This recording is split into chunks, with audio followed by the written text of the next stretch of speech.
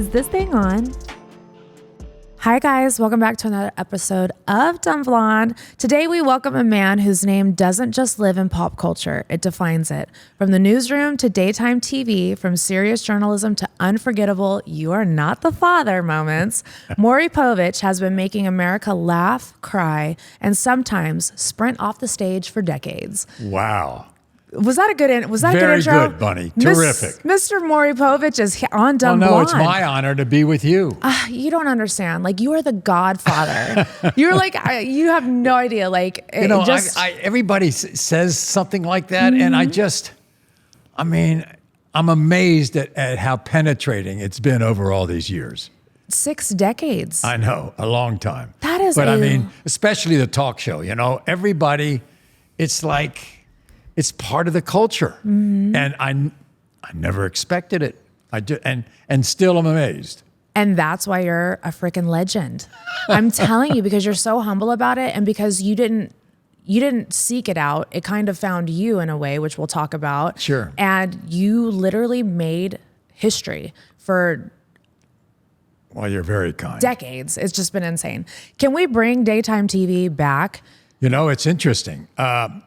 Believe it or not, I'm doing a documentary on the golden age of daytime talk, which was the 1990s. So that's when 12 of us were on the air. You had 12 daytime talk shows. Yes. I mean, we're talking Oprah, Phil Donahue, Geraldo, me, Jenny Jones, Ricky Lake, Montel Williams. I could go on and on. Yes. And it was this decade. An unforgettable decade. Yeah. I feel like the world, especially right now, and this isn't to get like too into that subject, but like we need something to give us an escape.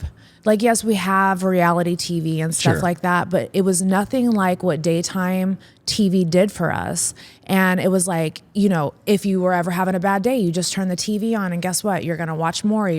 I loved Jenny Jones. You know, there was Ricky Lake. There was everybody that was an outlet. And because right now, everybody's just so focused on religion and politics, it's like I truly feel like if we brought daytime TV back, it would help heal America. You know, you said something that one of the big things I said to my staff about my show: no politics, no religion. Yes. We don't want to do that. Be glad to do, you know, individual stories that have a lot of emotion, a lot of drama, because that's why people want to watch.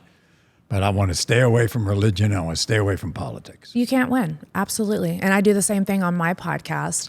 What is it like having a podcast now? Because you're coming from like real journalism that you went to school for, that you actually graduated and got a degree in, and now everybody has a podcast. Right. I would love to hear your opinion on this. It's interesting. I think because most people, for the last 31 years, I was doing this talk show, and they know about that part of my life and the fact that I've done that.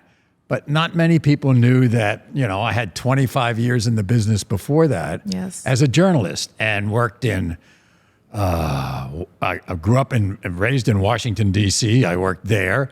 I worked in Chicago, Los Angeles, San Francisco, Philadelphia. In fact, one guy, a friend of mine, was writing for Esquire magazine. He said, "My friend, the anchorman, Maury Povich, I have seen him anchor newscasts in 4 different cities on 4 successive St. Patty's days. He's trying to go nationwide, city by city," because that was kind of like my, my Odyssey years. I was just out there trying to make it. And I had to move around, and I had disagreements with management and all this kind of stuff. And then I finally went back to my hometown of Washington, and then this wild Australian Rupert Murdoch buys the station and brings me to New York to start this crazy show called A Current Affair, and the rest is history. Do you feel like you defined pop culture, or do you feel like pop culture defined you? You know, I think it's a chicken and the egg. I really do. I believe that we came up with these ideas of 3 huge themes that made it. The out-of-control teenagers who would come on the show because they wanted to run the streets, because they hated being home, and they wanted unconditional love, and they wanted to get pregnant at 14. We had that kind of theme. We had the lie detector theme where significant others would bring on their spouse or a significant other and accuse them of cheating. And so we had the lie detector test. And then, of course, the DNA, which was the most popular. But the reason it was successful is because we had an answer. We had a result, and we did it within 15 minutes. Not like daytime soap operas, which Right. would take 6 months to get through these themes. Right. Absolutely. Doing those shows, because Maury ran for 31 seasons, so that's 5,545 episodes. That's a lot of episodes. One of the longest running talk show hosts. How did you keep your empathy alive when you saw like so many stories that could have just made you jaded? Well, I think more than anything else, it goes back to my beginnings as a journalist. We're storytellers. And I always found it didn't matter if the theme was the same. I believed that every story had a unique quality about it. And so if you can buy into that every story has a unique quality, then your curiosity is there. Once you're curious, that means that you're doing your job the best. And so therefore, I just found out that if I could just find a unique aspect in every single story, it was new to me. I love that outlook because, I was just telling them before you came, it's like, how do you interview people that have had thousands of interviews? And to me, it's like, I just always want to learn something new. Sure. I want to find out something new about them. So you saying that is complete confirmation. No, absolutely. To me, the best interviewers are those who are curious, those who are able to listen and be able to bounce off what the interviewee is saying. Not necessarily, let's go to the next question. Let's go to the next question. You just go with the flow. Yeah, you make it a conversation. Yeah. I love that. That's the best interview. And I've found that whether it be in news or whether it be in talk, it doesn't matter. It doesn't matter what the platform is. The object is the same. Is there an interview that you've done in your life that has like stuck with you, like that you think about often? Well, like any there particular are some one? interviews. I'll give you an example. Years and years ago, my father was the sports writer for the Washington Post for 75 years. Yes. So I kind of grew up in sports. I used to do a local talk show in Washington. And I was lucky enough to have Muhammad Ali on the show. Oh my goodness. And he was great. And so because of Ali being on the show and my father who covered Ali in a lot of his fights, I had the two of them on my show. And I'll never forget, it was one of the great faux pas that I've ever had in my life. So I'm there and I'm looking at Ali, as bright and smart as he is. I mean, he was the quickest. Not only was he articulate, but he was quick and just so fast to be able to get his thought out. So I said to him, because he was still fighting at the time, I said, Champ, I said, I know stories about other fighters. And I was referencing an old fighter named Bo Jack, who was a middleweight champion. I said, Bo Jack, you're not going to end up like Bo Jack because, he ended up shining shoes on the streets of Miami. And he looked at me and said, you just stereotyped me. What, are you kidding me? And he went off on me he says, you're not as smart as your daddy. Your daddy would never say anything like that. No. And I went, oh my gosh, you're right. I just stereotyped the champion of the world. I can't believe it. So there are things you want to take back, but at the same time, okay, live TV, it happened.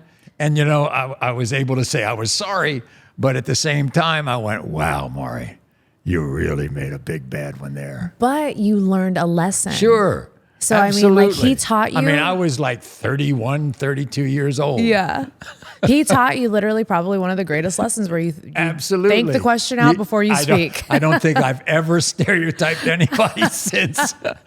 Absolutely. That'll definitely set you straight. So let's go back to your dad, because you did just touch base on your dad, and you are one of three you are one of three children. Yeah. And you guys all have like a you guys grew up in a journalism family. Yeah, it's really crazy. My brother, my late brother, he died at 87, but he was my dear older brother.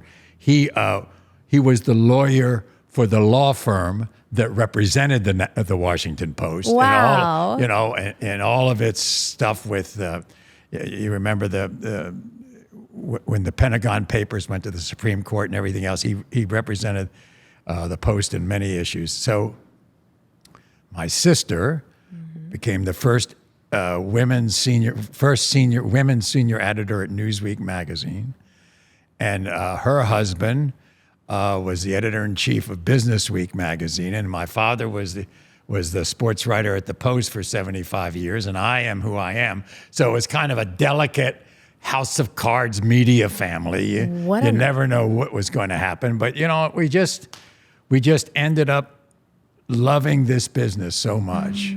What an awesome legacy. Yeah, I mean, and it was great. And, it's very interesting.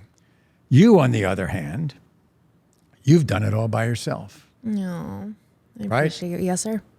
You run away at the age of 14? Aw, you've done your research, Mr. No, I Maury. know about you, Bunnie. Aw. Can't handle your stepmother. Aw, yeah. Your mother dies when you're, an infant almost. We left the house, yes. She left me at 3 months, but yes. But here's the thing. So let's talk about your dad again, just for a split second, because, he was a legend at the Washington Post. So did that inspire you, or did you feel like you always had to live in his shadow? Well, it's interesting about living in the shadow. I wanted to be a print journalist like him. Yeah. But there were only 2 papers in town. The Post, where he worked, had a nepotism policy. You couldn't, if you were of the same family, you couldn't work at the paper. Why is that? I've never heard of that. Well, I think maybe because the Graham family owned the paper, and they didn't want, more of this relative stuff on the paper, I guess. And then the only other paper, the Washington Star at the time, they wouldn't hire me because my name was Povich, and my father was the big star of the competing paper. So I kind of gravitated to TV because I got this at the age of 16. I got this job as the assistant to the baseball broadcaster for the Washington Senators baseball team. And as soon as I started hanging around TV, I was addicted. Yeah. I just knew. I didn't want to do anything else.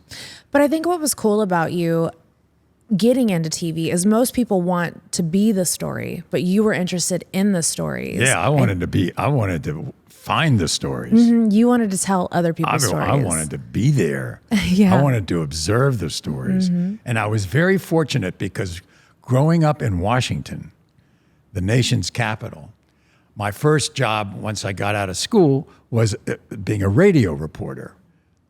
So if you're a radio reporter in Washington, you might cover a bank robbery 1 hour, and you might be in the United States Senate covering a story the next hour. You might be at the White House, or you might be at a fatal car accident.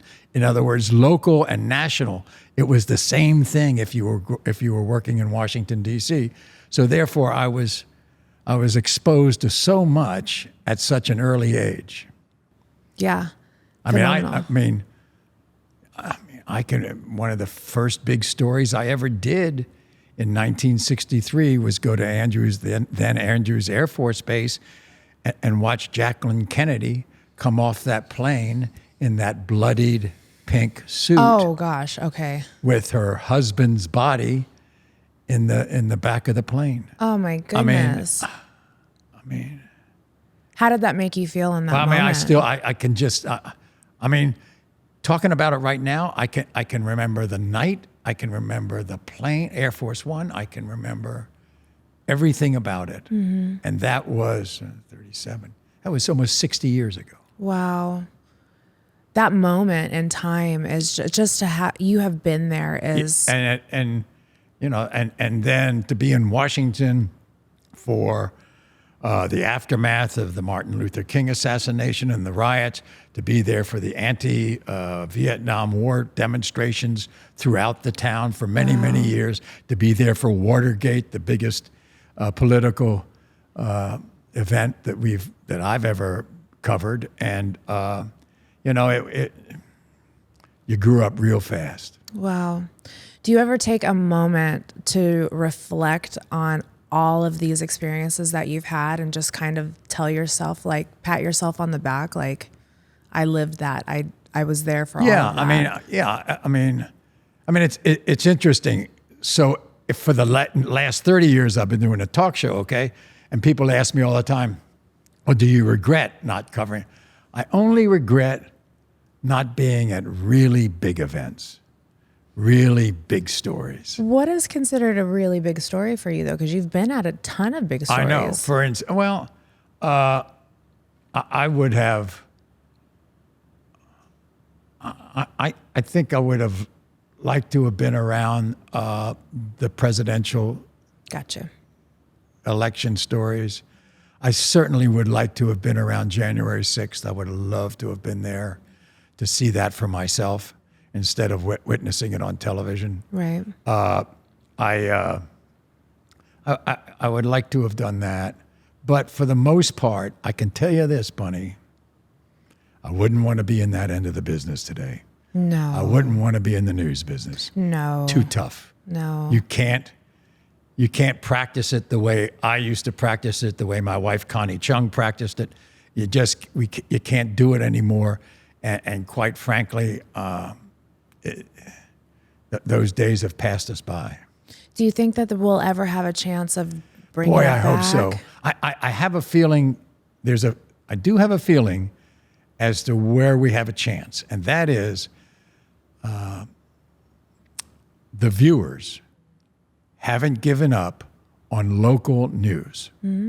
So local television stations, local newspapers, wherever you get your local news, most people think it's honest, it's fair, it's true, it's what happened.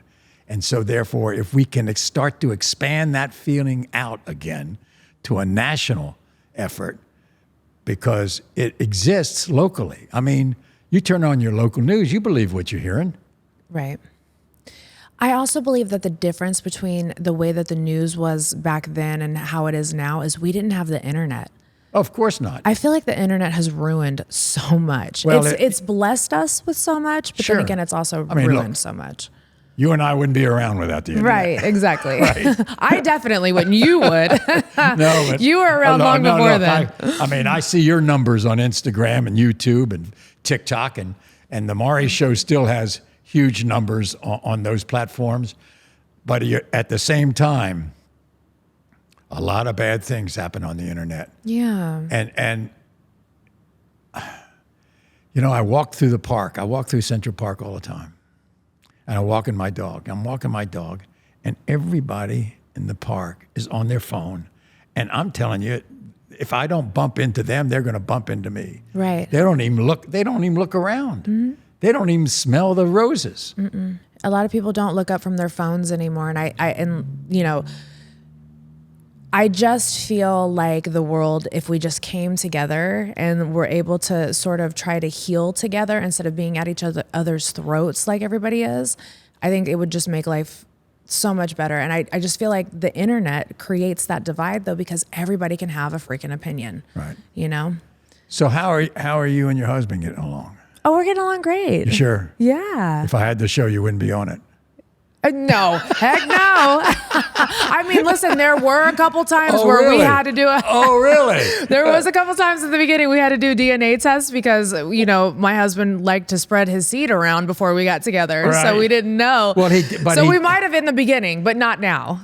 But he did admit to you that when you first were seeing each other, that he had a woman who was pregnant at the time, right?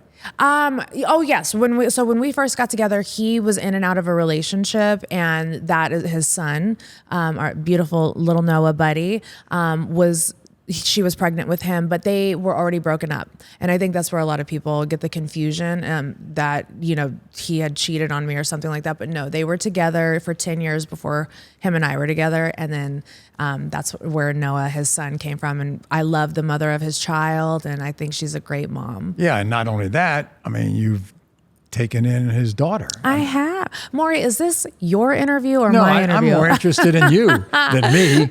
You see? Well, then I need to come on your podcast. Please. I would love to. Let's talk about your. Yes, can we talk about your podcast? Yeah, so this podcast, it came about because, you know, some people came to me. Holly Mirabella, my producer, had come to me and some others and said, you know, if you're interviewing, people know of you interviewing these people, you can spread your seed. I mean, come on. Yeah. I mean, you had all these years interviewing people in the news and people who made news. I mean, so it's kind of an eclectic podcast where, I mean, I interview rappers. That's amazing. I interview writers. I love that. I mean, I interviewed a great rapper named Dave East recently, okay? Yeah, And now, Haley loves him. You're kidding, really? Yeah. So I interviewed Dave East, and all of a sudden, you know, the comments on Instagram when we put out the clips, hey, Maury's still alive? I thought he died. I thought he died with Jerry Springer. I mean, all this kind of stuff is going on. That is terrible. I mean, you know, and then all these great compliments about, you know, Maury is one of us, and you know, secretly, Maury is really one of us. The younger generation, they're just always. But you know, I mean, and rapper, and I'd love to have your husband. Oh, Jay will come on anytime. He loves you. Yes, absolutely. Do you know when I first started doing talk, and this is like 1991 when I first started, we went to Nashville for a week. Aw. And let me tell you, we had this. We used to have these young artists on. Guess who was the young artist we had on? Alan Jackson. Wow. And he was just like, this is just 35 years ago. Wow. We had a group called Diamond Rio, which was a big deal then. I love Diamond Rio. So all of and so I got very attached to country early on, and yet at the same time, I'm trying to get Jay-Z on the talk show. And I'm trying to do all this other stuff. I love that. Yeah. That's amazing. I love that you have always just, you've never been judgmental and you have always accepted all walks of life. Absolutely. I took a page from your book with my podcast where I do exactly that too. I have rappers on, I have writers, journalists on, I have, you know, just an eclectic group of humans, because I really feel like in order to be good at being a talk show host, you have to have an open mind. And do you think that that's what's gotten you so far in this industry? Absolutely. I don't understand judgmental people. Right. I really don't. I don't get it. Why do you judge people like that? I mean, I want to think that there's some good in everybody and things like that. But you know, there's so much negativity, and I just can't go there. I'll tell you a story. In my career, there were some station managers and executives that did me wrong. I thought did me wrong. And I had a list of about 5 of them. And I said, boy, if the time ever comes, I'm going to get revenge. No. One by one, over the years, they all got fired. And instead of applauding, I felt sorry for them. Oh, I mean, you know, that's just me, I guess. you have a sweet soul. You think so? I do. I can tell. I'm going to tell my wife that. Please, I love Connie. Let's talk about Connie, can Connie's we, the please? best. Yeah, I love. By the way, and we went through the same stuff that you and Jelly Roll have gone through. Really? And we tried to get pregnant. Oh. And this is, I'm telling you, this is over 30 years ago. And so Connie had to take time off from CBS, and it became a big story that we were trying to get pregnant. And late show guys, Jay Leno and everybody was kind of making fun of, I wonder if Maury and Connie are doing it tonight, what this, doing all this kind of stuff, to the point where Fox had this great show called In Living Color. Amazing show. Okay? Mm-hmm. They did a skit on Connie and I in bed trying to get pregnant, and Jim Carrey played me. Oh my gosh, I have to see that. It was the only part. So we had, and there was all kinds of press and all kinds of stuff, and so we finally adopted because we couldn't do it. But still, adopting is the best. It's amazing. Wouldn't take it back now. Yeah. Wouldn't take it back. That's amazing. And so anyhow, I know what you and Jelly Roll have gone through. Thank you. I appreciate that. And it's tough. It is tough, but at the same time, it's like you just put it in God's hands. And if it's meant to be, it's meant to be. And if not, we can always adopt. So I'm totally open to adoption too. And so is my husband. I'm a big fan of adoption. Are you? Yeah. Can you take me on that adoption journey a little bit? Sure. What you guys had? It's,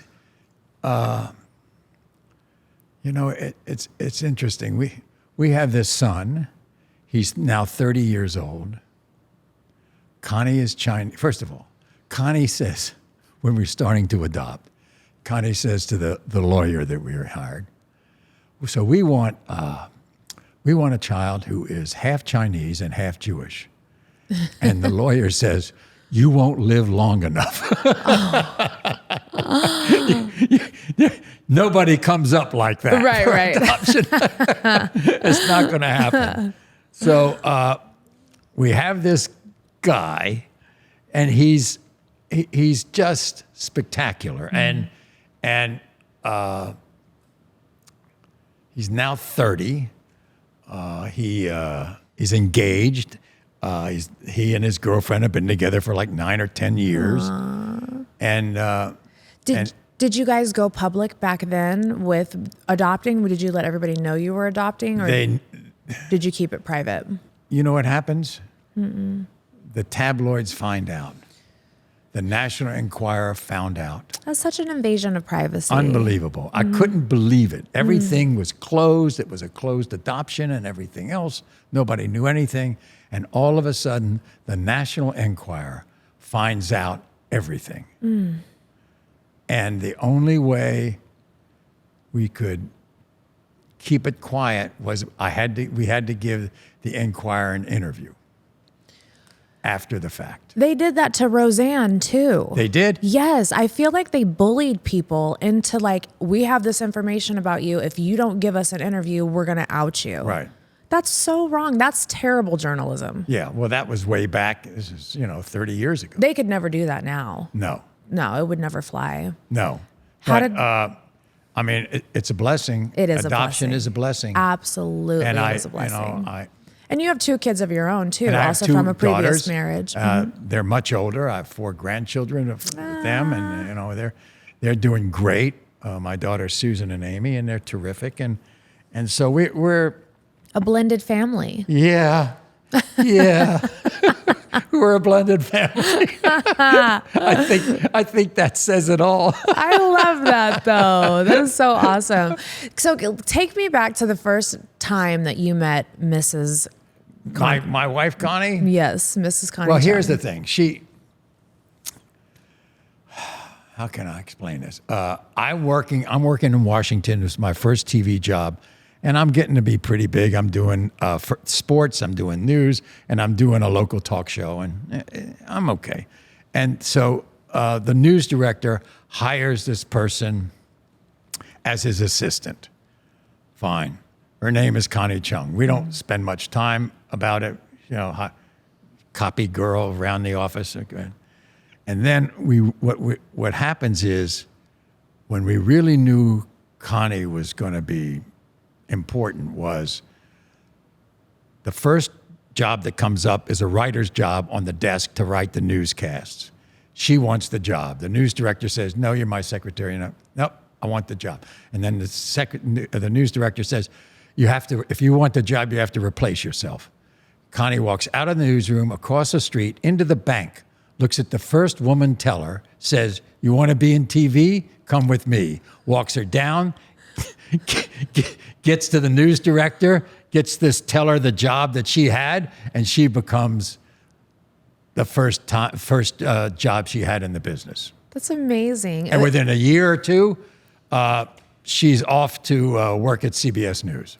Let's talk about when you. What was that? What So attracted later you to on, her? yeah, no. I mean, I was married at the time. I mean, she went on to a big career at CBS News in Washington, and then she went to Los Angeles to become a big star anchor for CBS out there. And then I, in my, as I said, odyssey years traveling around the country, I end up as her second banana in Los Angeles. It was destiny. And then at one point, 6 months after I get there, I had a general manager who hired me. Then he was fired. Then the new general manager fired me. Last hired, first fired. And so I'm fired. The only person I know is Connie. And so a bit later on, I always say this, in order for her to love me, she had to pity me first. Oh, stop it. So we started to date. We dated for 7.5 years That is a long time. before we got married. Well- and never lived together. Wow. And did not date exclusively. Okay. You know about that, right? Of course, yes. Mm-hmm. And so years later, we're dating off and on, and I ask her to marry me. She doesn't want to. She asks me to marry. I don't want to. And then she calls me up one day in 1984 and says, we can get married now. And I said, how come? She says, because I found a dress. You guys, I'm so excited to see My Chemical Romance live. They are one of my faves, which is why I want to give the sponsor of today's video, SeatGeek, a huge shout out. With over 35 million downloads, SeatGeek is the #1 rated ticketing app. There are more than 70,000 events listed on SeatGeek, including concerts, sports, festivals, and more. Right now, you can get tickets to the Jonas Brothers, Dua Lipa, Billie Eilish, Sabrina Carpenter, Lorde, Playboy Cardi, and more. I love using SeatGeek. Speaking of how excited I am to see My Chemical Romance, let me just show y'all. I've got the SeatGeek app pulled up right now. It literally shows you the best seats and color codes the deals, so you know exactly what you're getting. SeatGeek has your back. Each ticket is rated on a scale of 1 to 10, so you know you're getting a good deal. So look for the green dots. Green means good, red means bad, plus every ticket is backed by their buyer guarantee. Get those plans out of the group chat this fall. And use code BUNNIE10 for 10% off your SeatGeek tickets. That's 10% off tickets with promo code BUNNIE10. Make sure you click the link in the description to download the app and have the code automatically added to your account so you can use it later. Thanks, SeatGeek. I love you. Aww, I think you guys are soulmates. That is amazing. So that was almost 41 years ago. One thing I love about your podcast with her too is that you are always, okay, so Connie is like, from what I perceive, she's so like, she's kind of bottled up. She's not gonna she's very poised. And you, on the other hand, say the craziest stuff and like get her to react while she's on the podcast. And it is the funniest thing to watch. Yeah. But you guys ended up having a viral moment. Can we talk about, well, you've had a couple. Oh, yeah. So we did this thing on the podcast where I was going to ask her a question she doesn't know. She was going to ask me. So she picks up this thing in the pot, these various questions. And it's like a, it's like a Chinese cookie or something. It pulls it out, and it says, "Maury, when are you the sexiest?" And the only thing I said is on Sundays. And she says, "What do you mean?" I said, "What do you mean? You know what I mean. I mean, it's Sundays with Connie." And she goes like this. I saw it. It went viral, There was also another clip that went viral where you guys were talking about cheating. Oh, yeah. And I mean, I understood where you were coming from because I could read between the lines, but I think the internet kind of ran with it. Oh, yeah. And they just turned it into something it wasn't. Yeah. Can we elaborate on that Yeah, conversation? it was just, I always, used to say when we were seeing each other, not exclusively, I said, you were dating these Hollywood stars. Does you she know? talk about this in her book? Yeah. Okay. She I does. can't wait. She does. And so you're dating these stars. And then she says, yeah, and you're dating people you can't even remember the first names. And so, I mean, I said, oh, God, we're not going there, Connie. We're just not going there. I mean, she comes up with some outlandish stuff. I mean, it's kind of, I mean, what do you think Connie has taught you? Being married to Connie for as long as you have, you said 41 years. What is the biggest lesson that you think Connie has taught you in marriage? Because obviously something's working. 41 years? I know exactly what it is. Okay. I mean, I know exactly how to play it. For the last 41 years in our life, I am Mr. Chung. Oh. I am not Maury Povich. I am Mr. Chung. The first time that when we got married, I was living in Washington. She was living in New York. She was working at NBC. And so she was living in this apartment, and I would come up on the weekends. It's kind of like you two, you know? You don't see each other for a while. And he's in the same city as me right now. And you're still not seeing each other. Well, we try to, but it's just, you know, when you're working, you know how it is. So and I'm working in Washington, and I come up, and there's the doorman at her building, and I said, my name's Maury Povich. I'm Connie Chung's husband. Oh, you are? And he calls up and said, Miss Chung, Mr. Chung is downstairs. So that's the way it's been for 41 years, and that's the way I want it to continue. But to be so secure, most men would hate that. You know what I'm saying? And you are just like so in awe of your wife. I want to tell you, I mean, our paths can cross in another way, okay? I know what you did for Jelly Roll. No, thank you. And I know what you did in terms of getting him his daughter, getting him off the street, getting him in an apartment, and setting him up for success. My wife made a lot more money when we got married than I did. Wow. And I was the full support of my girls, and she helped me in that area when they were going to college. So, I mean, I can relate a lot to what Jelly Roll went through with you, and how much he thanked you for what you did for him. And I do the same thing with my wife. I mean, you know, there are times everybody thinks because you've been successful so long, it was always that way. Right. It wasn't. I mean, I was fired. I was this. I mean, I bummed around. I had a lot of failures along with the success. But I think that's what made you the man that you are today. And shout out to Connie Chung for being a real one. We'll give her props on that story that you just told us. So let's bounce off the fact that you were just talking about how you were, you know, broke in certain aspects and that you weren't as big as you had wanted to be. What is the most humbling moment for you in life before you hit it big? I'll tell you what it was. We were mentioning my father. My father was probably the most read writer in all of Washington, D.C., whether it be a political writer or a sports writer. Everybody read my father. He was a big name. And so in Los Angeles, when I got fired from this station, I was also getting a divorce. And I had to call my parents and tell them, because I knew when I was getting fired, so it was going to end up in the paper. And so they were going to see it. So I called up, calling my father, and I said, Dad, I got some bad news and some bad news. And I told him I was getting fired and that I was getting divorced. And I was scared to death what his reaction would be. And there was this long pause, and he said, get all the sharp instruments out of the house and come home and give your mother a hug. Oh my goodness. I never expected that out of him. I mean, this was a dominant guy. I mean, our family was always from the top down. I mean, it was like, you did what your parents said or else. I mean, and I couldn't believe that he had that kind of sensitivity in that moment. And that was exactly what you needed. That like made me tear up a little bit.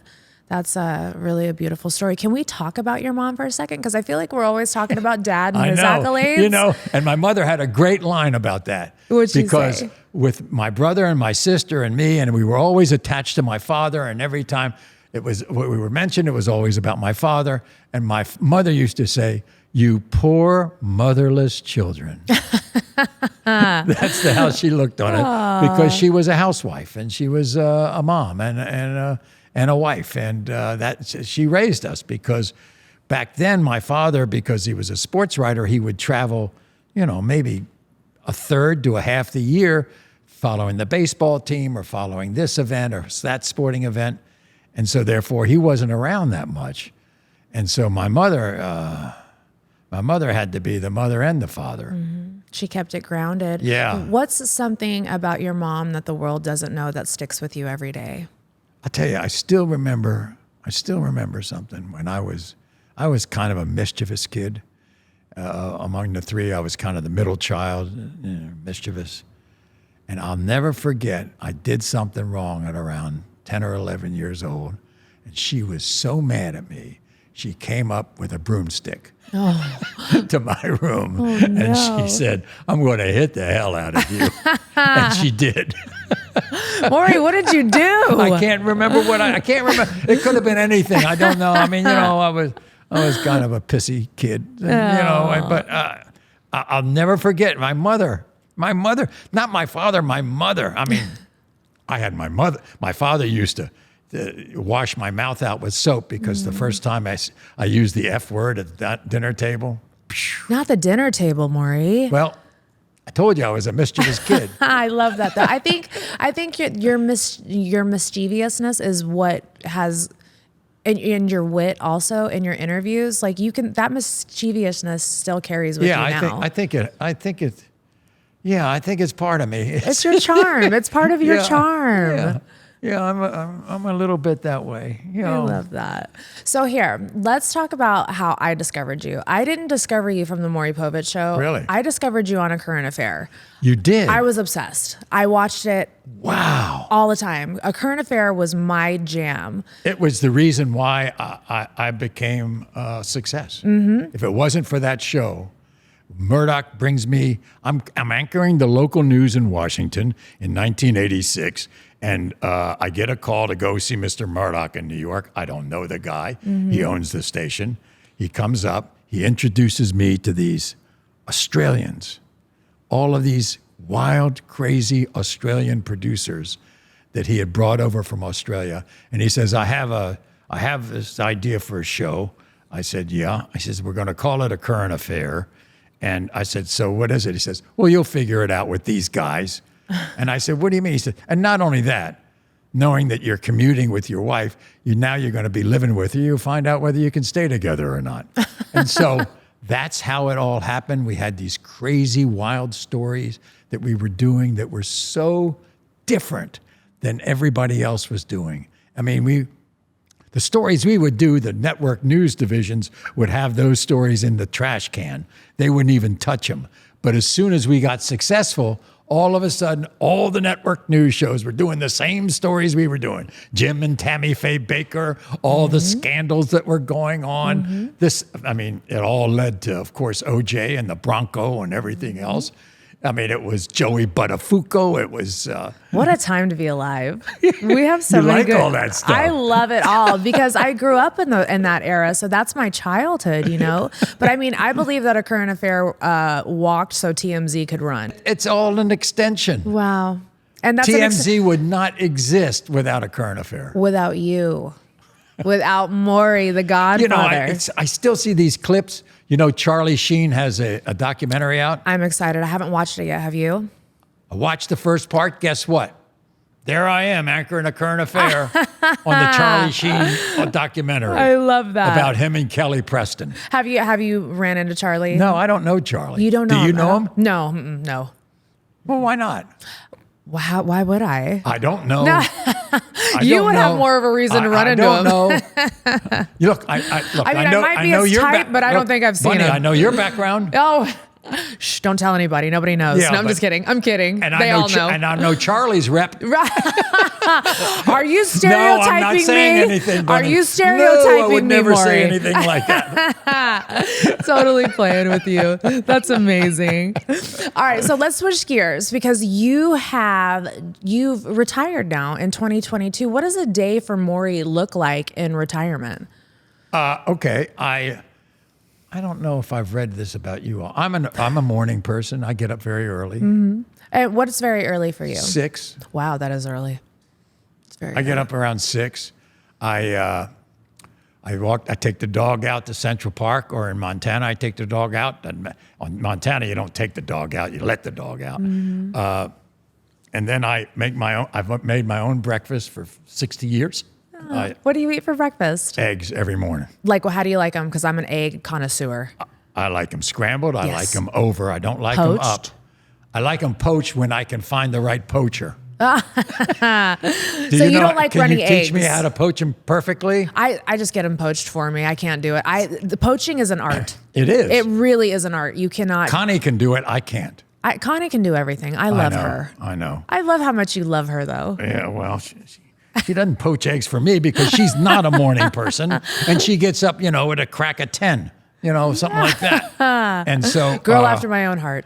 So then I take the dog out, and then I come back, and then I start reading, whether it be on the phone, and we still, old farts that we are, we still have newspapers coming in the print version. Aww. So That's a dying art, too. Yeah. I mean, you don't read the paper anymore. You read on your phone. Everybody does. And so, and then I play a lot of golf. Yes. My husband plays golf. Does he like it? He loves it. You guys should play golf together. I want you to know something. Did he love golf before you got married? No, he found it after his father passed. This is a problem. In my first marriage, I got the golf addiction after I got married. Really? And because I spent so much time on the course, it could have been one of the reasons why the marriage ended. So if it's okay with you, I love that he loves golf, Good, and okay. I go with him sometimes, good. or like I totally just ride in the cart and something like that. No, I'll play with him. Oh, good. We literally are like a lot like how you and Connie are. We just support each other in everything that we do. Sure. And I truly feel like that is a testament of long-standing relationships, is you let the other person just be who they need to be. Long leash is important. Yes, Really absolutely. is. Yes, If you sir. trust them, long leash is Yes, sir. very important. And I think that's how you build trust, I is think having so. a long leash. If you have a short leash, you're controlling everything that person's doing. Yeah. Human nature is to rebel. You know what I'm saying? So it's like, I think the longer the leash, the longer the relationship. The only time I really get upset at her is when I go into the bathroom and things aren't where they were yesterday. Oh no! Are 'Cause you she has a an OCD perfectionist? She is the perfectionist. Oh. Me, I just want to know where the things are that were there yesterday in that spot and not somewhere else in another cabinet and all that. And she is moving things around. But do you put the toilet seat down? Of course. Okay, good. Yay! Then you're a good one. No, I know all about that. I love that. That was an early on lesson. How did you guys end up in Montana? Well, I said to Connie one time, this is almost 30 years ago, I said, we ought to go to Montana. And she said, what do you mean? I said, it's the only contiguous state that I'd never been to. I'd been to Hawaii, I've never been to Alaska, but I've been to 47 states. I hadn't been to Montana. I said, let's go buy a home in Montana. She said, don't you think we ought to go there first? I said, well, okay. So in 1998, we went to Montana. We found a house to rent. We loved it so much. We looked around, and my friend said, the best house is this house. And I went to the guy. I said, I want to buy your house. He said, I didn't want to rent you my house. I didn't want to rent you my house. And now you want to buy my house? I said, not only do I want to buy it, I want you to leave all the furniture. I want you to leave the cars, leave the furniture, leave the boat, leave everything. And he did. Oh, that's And so amazing. we've been there 28 years. Wow. And we created after 17 years ago, sometimes you're really nuts. And Connie and I created a weekly newspaper in Montana I read about that. called the Flathead Beacon, and it's won every award in the state. And it's a great local newspaper. It started out as print, now it's online. Everybody loves it. Doesn't matter what the political stripe is in the whole Flathead Valley in Montana. Everybody loves the paper, and even the politicians. Doesn't matter whether you're Republican or Democrat. Everybody loves the paper. I love that. And of course, it's not making any money, but it's a passion project. Yes. So I think it makes Yes, you kind guys of feel good. legacy to my father, and that's what Connie says. So Absolutely. And it's those fun. things are priceless. You can't put monetary value on something like that, especially, from your background and where you come from. So do you like Nashville? I love Nashville now. I didn't like it at first. Being a Vegas girl, moving to Nashville, it was like, this was a culture shock. You're up all night, an all-night town to... Pretty much. Access to anything 24/7 to, people being a lot more modest. And just a completely... how did you grow to like it? I fell in love with the slow life. It's kind of like how do you go from Washington, D.C. to Montana? Right, exactly. It's like you have to fall in love with, you have to really get to know yourself in slow places. And I think I had to discover who I was outside of my Vegas persona. And, I just... Did you I go fell in there love with it. because of Jelly Roll? I did. I moved there for him, which I don't recommend to anybody. I feel like if you're in a relationship and you've been with somebody for a long time, then make that move. But my husband and I got married a month after meeting, and I made that jump. And A month? It happened to work out. We got married a month after meeting. And that was what, 7, 8 years ago? 9. 9. Yep. We've known each other 10 years, married 9. A month after. A month. And we made it work, Maury. But that's why I was so amazed when you told me that you and Connie dated for 7 years, because I was like, whoa, that is amazing. Like, how did you do that, Well, I had come out of a marriage and didn't want to get married. And Connie was so involved in her business. I mean, she always says, I forgot to get married, and then I forgot to have a child. Oh, she's great. I would love to meet her one day. You know what? My husband and I are actually thinking about going to Montana for Thanksgiving to bring our family out there. You. So if we do come out there, we would love to have you and Connie come over for dinner. That would be amazing.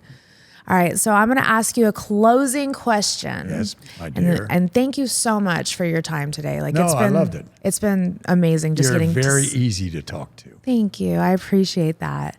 You've interviewed politicians, celebrities, everyday people. Right. Who taught you the most? Who taught me the most? Who taught you the most out of everybody that you've interviewed? Guess what? That's a good question. Oh, Never had it. Never had it. Really? Never had it. I've had, who would you like to interview, stuff like that. Mm. Believe it or not, I think all the people on the talk show, Wow. After doing news for all those years and then getting into this very intimate talk show, I think those guests brought more out of me than I thought I had. And so therefore, I think that whole experience, that 30-year experience, because of the guests, because of the individual stories, because of the fact with DNA testing that it's possible that I could have gotten another parent into the lives of those kids, because we all know that a child has a better shot with 2 parents than 1. And those stories, I think, gave me a great feeling of satisfaction.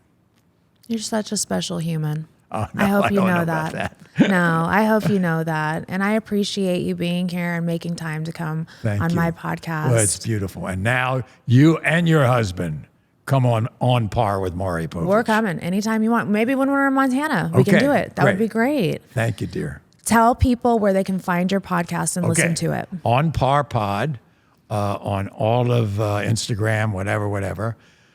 The podcast is on YouTube, Spotify, Apple, wherever you get your podcasts. All of it. Yeah. Maury, thank you so much. Thank I you, can't dear. wait to hug you. Me too. All right. Thank you guys for listening to another podcast. I'll talk to you guys next week. Bye.